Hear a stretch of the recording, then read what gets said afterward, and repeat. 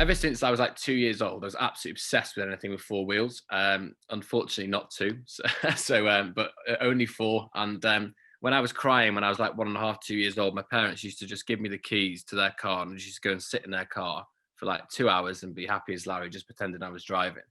And no one instilled that into me. That was all driven by me. My dad said, he never, you get a lot of these pushy dads forcing their kids into racing and whatnot. And my dad wasn't interested. He watched a bit of Formula One, but only really started getting into racing once I was in it. And I had a go-karting party when I was 8 years old, standard for my birthday. And I lapped all my friends like 3 times and actually set the lap record at the local track for, the under eights or whatever category it was. And the guy at the track said to my dad, "Oh, I presume your son's a professional." And my dad said, "What are you talking about?" And mum was there as well. And he took my mum and dad aside and said, "Look, your son's got this innate talent. If you're saying he's not done this before, then you need to take him. You need to take him here." So we went to Ceredigion track in Wales. I got my ARCS license, bought my first go-kart, and then they said I was very good considering I'd not done any driving. And we used to rock up to races in Super One we had our car, and we just put a trailer on the back and we had the worst go-kart on the grid. And I won't name the name, but it started there. So I went from lapping my friends to my first race. I think I got lapped 3 times. So that was a bit of a shock. But then the year after, I was winning championships when we got into a zip cart and had, we realized that you had to tune engines to go quickly and get them tuned. So it started from there. And then obviously just got absolutely hooked. And it was me, mum and dad on this little journey. And I haven't stopped since. You then went into it. Go on, Nick.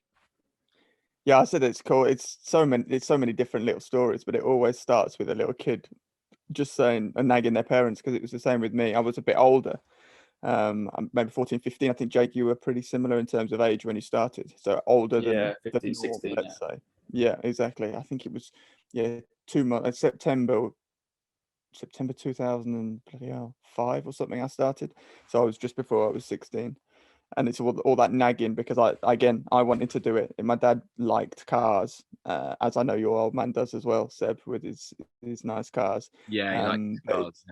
It's all stemmed from that, really. So it's their fault for having those on the drive when we were younger, I would say. Yeah, exactly. He's always been into his Porsche, so I used to go and sit in them. But I used to be obsessed with, my mum's always had Range Rovers, and I used to be obsessed with going and sitting in a Range Rover all the time. And I remember, because my dad wasn't very mechanically minded, but he actually is now. Now he's learned. I still remember him shouting at me when I was about 5 years old. We were in Cheshire Oaks shopping, and I just said I'd rather sit in the car, apparently. And I was like doing this with the accelerator. My dad goes, "Don't do that, or you flood the engine."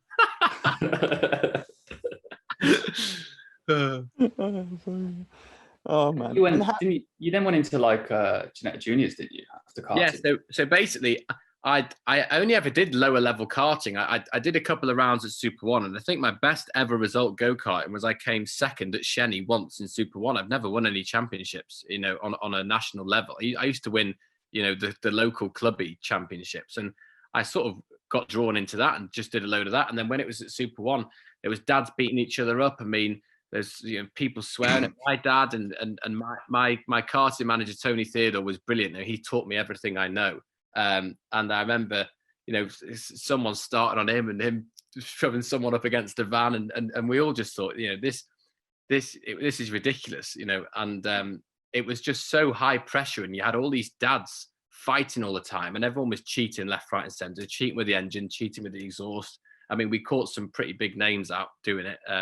Tony had a very, very good eye, and a good ear, so you could hear if someone was double wadding the exhaust and stuff like that.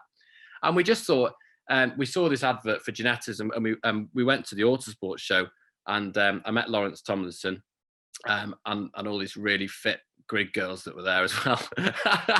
And yeah, so we did that, and then we just decided, we didn't realize that you could race that young. So I was 14, I forgot to mention. So I had a test. I've missed a major part. I had a test at Pembrey when I was 13 years old in a Formula Renault.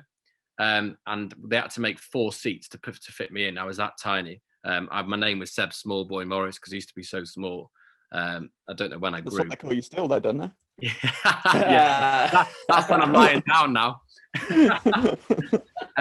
So I had a test in Formula Renault when I was 13, and I was only like 2/10 off, the pace. So I thought, right, let's go and do this instead, because I realized once I had this test and spoke to this team, Hillspeed, that they were, I was talking about these names that I thought were huge in go-karting, and they just didn't know who anyone was. And I thought, hold on, everyone's in this karting bubble, and you can be world champion in karting, and people in real racing still won't know what you are, or who you are. So I thought, right, let's do it. So we went to Ginetta Juniors at 14, and I got a couple of podiums in my first year. It was a massive, massive learning curve, but it was the best thing I've ever done, because it put me 3 or 4 years ahead of everyone else immediately, because I was doing that at 14. And back then, people weren't coming out of go-karts till they were 16, 17. So it put me massively ahead of the curve. And the year after, I won 11 out of 20 races and got 17 out of 20 podiums. And the other 3 races, I came fourth. So it wasn't a bad year. Yeah, you went into Formula One after that, didn't you? Because I remember 2012, end of 2012. I can't remember if you'd done the main season or not, but I did the Winter Series, BARC, and I just remember like this cult of Seb Morris like following. Like you were the boy of UK racing at that point, like junior racing. I did feel like I felt like those were the years of my life, and when there was we were 2012, we won loads of stuff in Formula One. Won the Winter Series, came third in the championship, because I would only ever win a race or throw it off. So it was one or the other. And I think that's what the fans and stuff loved about me.